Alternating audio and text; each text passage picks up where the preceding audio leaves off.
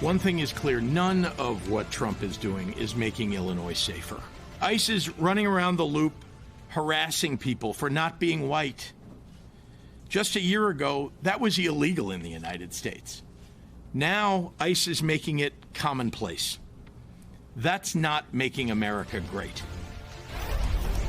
Hi again, everybody. It's now 5 o'clock in New York. Mere hours after Illinois Governor J.B. Pritzker said that, a terrifying scene unfolded in Chicago.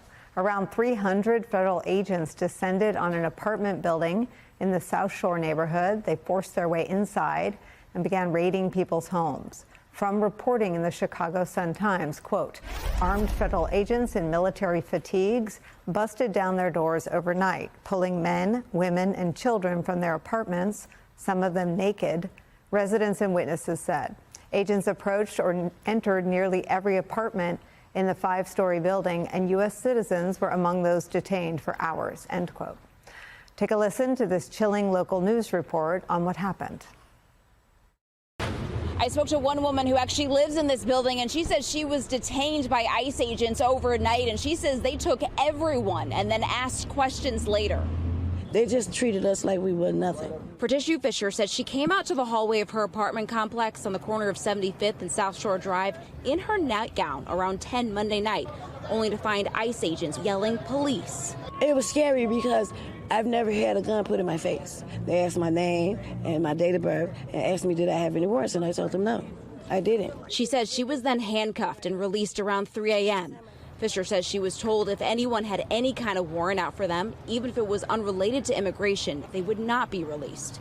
Citizen-at video shows the chaotic scene overnight. Neighbors tell us there were dozens of ICE agents. Neighbors like Ebony Watson says they ducked for cover as they heard several flashbangs go off. They was terrified. The kids was crying. People was screaming. They looked very distraught.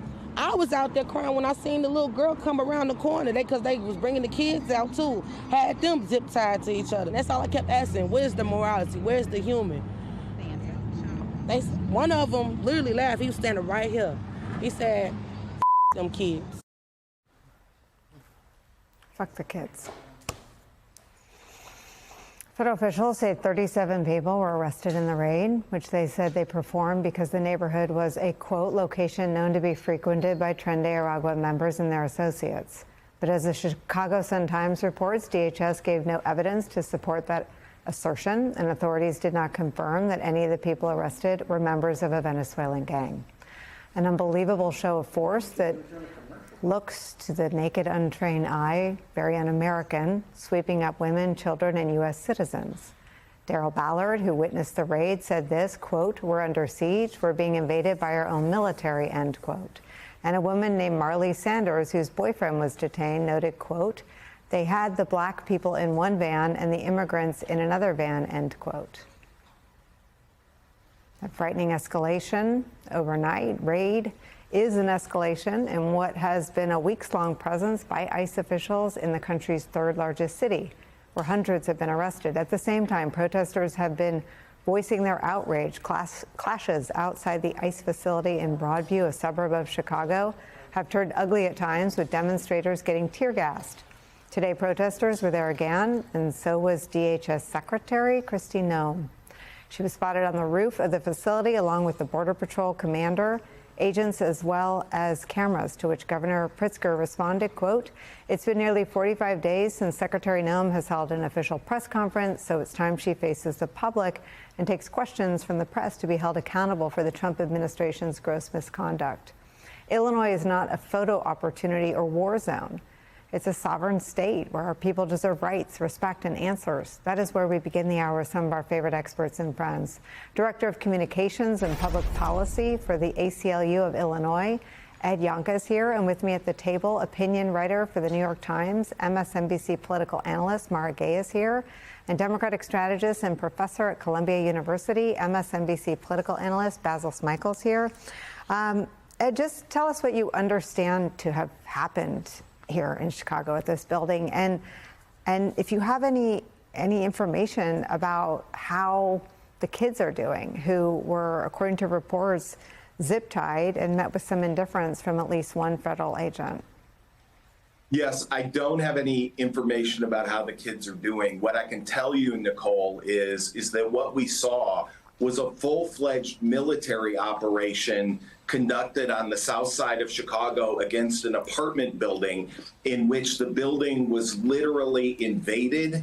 People's doors were broken down. There has never been a warrant produced for any of this activity. People were dragged out in the middle of the night, as you indicated, zip-tied, put into rental vans and driven off, only to be released later. There's no evidence that anybody here was in any way, shape, or form dangerous, nor that anybody here posed any risk to public safety in Chicago or elsewhere.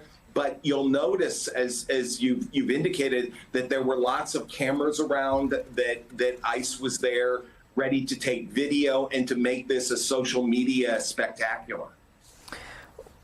Let me actually read a little bit more of the reporting just to get more facts out for my viewers. The Chicago Sun-Times also reports this, quote, Roderick Johnson, 67 years old, is one of many residents who were detained by federal agents during the South Shore raid. A U.S. citizen, he said, agents broke through his door and dragged him out in zip ties. Johnson said he was left tied up outside the building for nearly 3 hours before agents finally let him go. Quote, I asked agents why they were holding me if I was an American citizen, and they said I had to wait until they looked me up, Johnson said. Quote, I asked if they had a warrant, and I asked for a lawyer. They never brought one. What is your understanding of the legal framework upon which the raid took place? Thus far, we've been given no evidence, and there's been no evidence presented to the public in any way about a legal framework for this particular raid, for bringing in this kind of force. Again, helicopters and drones and armed agents knocking down people's doors without any evidence that there was a warrant or that anybody was sought that would have caused them to, again, take everyone in the building away as it was. But I have to add, Nicole, that one of the things is that this particular event is just part of an escalation of force and violence that we're seeing from the federal government in Chicago that is clearly designed to create an intimidation and oppression across this city and to make people scared of their own federal government. You know, everything from what's happening at Broadview, as you mentioned, to, armed officers marching up and down Michigan Avenue, taking people away from Millennium Park, a family that was just visiting, the Bean at Millennium Park was taken into custody on Sunday. This is just a government that is clearly out of control and, sees force as the only way in which they can try to seize control of a city that doesn't agree with their immigration policies. And DHS has said that there were federal agents from Border Patrol, the FBI, the Bureau of Alcohol, Tobacco, Firearms, and Explosives. Federal agents rappelled into the building complex from Black Hawk helicopters. If you were, yes. Do you plan to proceed with any legal action against any of those multiple agencies on behalf of any of the folks who were subjected to this raid? We certainly are both attempting to talk to those folks and want to talk to them about just that. We want to know what happened here and why it happened, and we want to know if there's legal recourse for the people who live in that building. This is not the kind of thing that we would ever tolerate if it was done by the local police. If CPD had done it, the Chicago Police Department, we would be looking at it. If the Illinois State Police had done this, we'd be all over it. There's no reason to leave this alone simply because it's federal forces.